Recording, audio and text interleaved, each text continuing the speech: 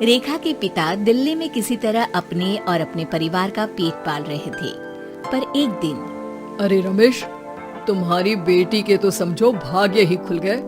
वकील लड़के का रिश्ता आया है।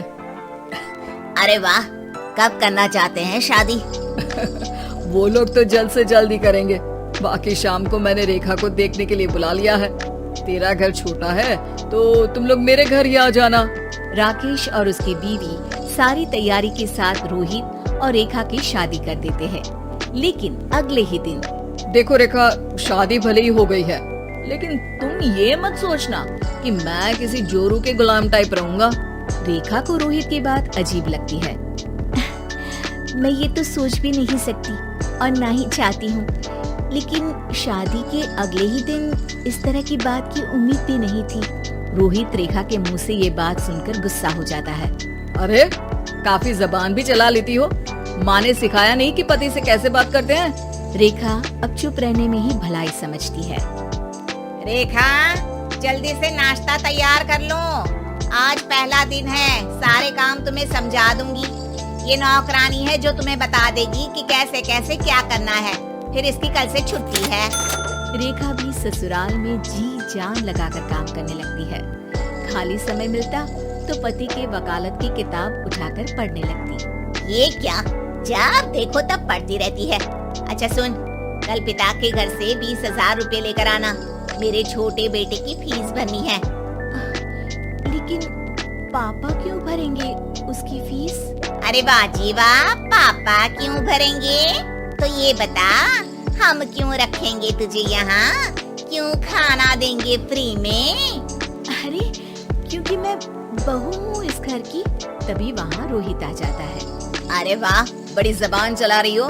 चुपचाप माँ जो कह रही है वैसा कर, वरना सामान उठा और जा अपनी झोपड़ी में। बेचारी रेखा क्या करती, पिता के घर जाती है, उनको सारा हाल बताती है। पिता भी जैसे तैसे पैसों का इंतजाम कर बेटी को ससुराल के लिए विदा करते हैं। देखा, अब कहाँ से आए पैसे? अरे बहुत माल है तुम लोगों के पास, बस सीधी उंगली से निकालते नहीं। नहीं नहीं माँ, पापा ने अपनी मोटरसाइकिल बेचकर पैसों का इंतजाम किया है। पता नहीं अब वो ऑफिस कैसे जाएंगे। अरे वाह भाई, ये भी हम सोचे। खैर, जैसे तैसे दिन बीतते हैं।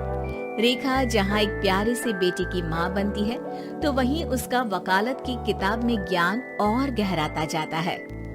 हे भगवान, बुरे फंसे। ये केस तो लगता है कि मैं हार ही जाऊंगा। देखिए, मैंने आपकी इस केस की फाइल पढ़ी थी। इस केस को जीतना बहुत ही आसान है। वाह भाई वाह, यहाँ वकालत की डिग्री लेकर भी मैं समझ नहीं पा रहा हूँ, और तुमने रोटी बनाते बनाते ही केस समझ लिया। अरे जाओ जाओ, जाकर मुन्ने को संभालो। केस मैं संभालूंगा। ए लड़की सुन, जाकर अपने बाप के यहाँ से 3 लाख लेकर आ। पूरा घर फिर से बनाना है। छोटी की शादी करूंगी तो छोटी बहू को कहाँ रखूंगी? पूरा घर तो तूने घेर रखा है। ऐसा मत बोलिए माँ जी, पापा इतना पैसा कहाँ से लाएंगे? अब तो वो रिटायर भी हो गए हैं। हाँ, तभी तो बोल रही हूँ, रिटायरमेंट के पैसे तो मिले होंगे ना।